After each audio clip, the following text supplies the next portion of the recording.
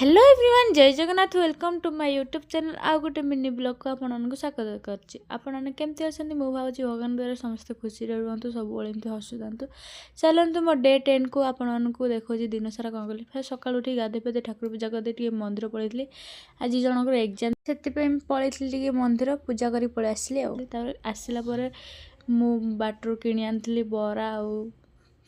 चटनी खाई देकी शुई पड़ती शुई उठिकी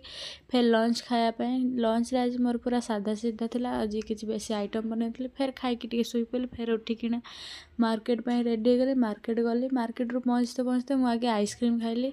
मत सत बहुत आइसक्रीम भी बहुत पसंद बाहर को जी मैंने किसी तो किसी खाइबी आ जेहेतु मु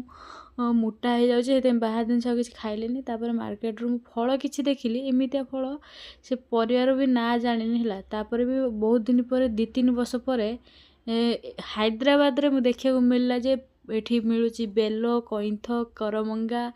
आउ बाता भी केते प्रकार जिनस देखी आइली कहीं आगुरी मार्केट जाए से सब जिन देखनी आसिक पानी मत पी देकी फिर बादाम टी सिझा बादाम खाईदेली रुटी खाइली रुटी भजा खाई भिडियोटा ये एंड कर भल लगे सब्सक्राइब